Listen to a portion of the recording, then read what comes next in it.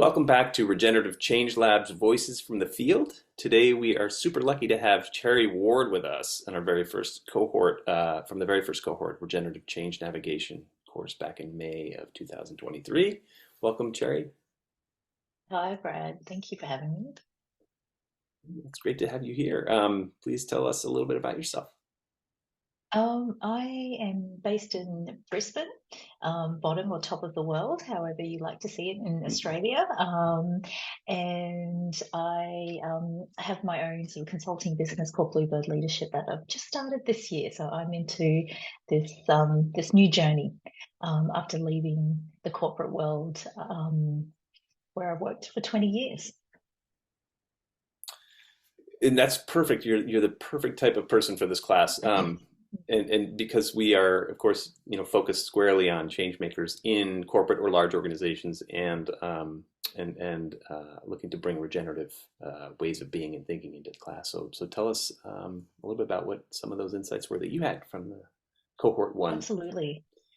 I think I wish I had done this course maybe 10 years ago.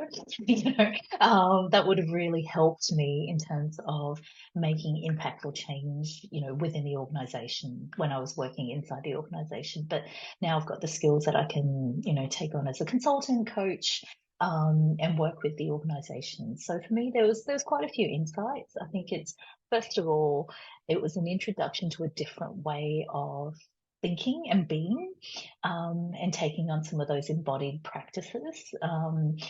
And really, I think what really helped me and made me realize in the first instance was, after leaving, I'd been in this wintering mode. So the seasons really helped me to understand and the flow of our energy, and how that can impact, how I show up, whether it's on a, I'd probably been in a period of, wintering for a good 6 months as I came to this course. But then even on a daily basis and just allowing myself to listen and hear, I guess my inner voice, in terms of um, what it's saying. And then I think the course has also helped me to think about how I might approach problems differently.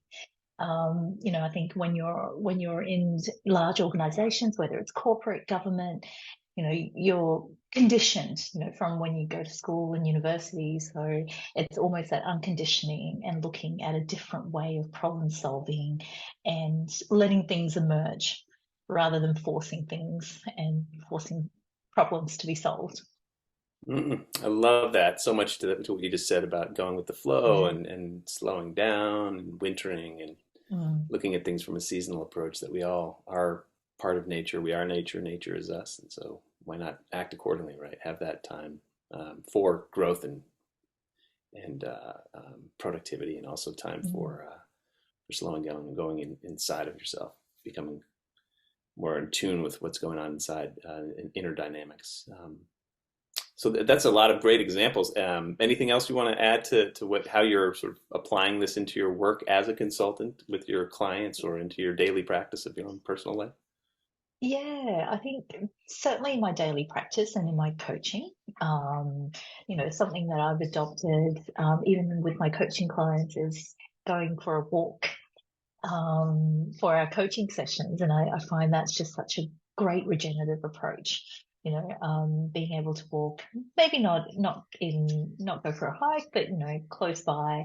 I'm blessed with, in Brisbane we've got a river that runs through the city, so there's lots of parklands, and so it's a great opportunity to sit in a park or go for a walk and have a conversation, right? Being away from the office. And just looking at different ways of approaching problems for my Mm, clients and getting them to think differently. so many great examples for how to Mm. be just showing up in nature all around us all the Mm. time, right? Yeah. Yeah, that's great. Well, thank you so much. It's great to have you here with us. Appreciate your time. Thanks, Brad.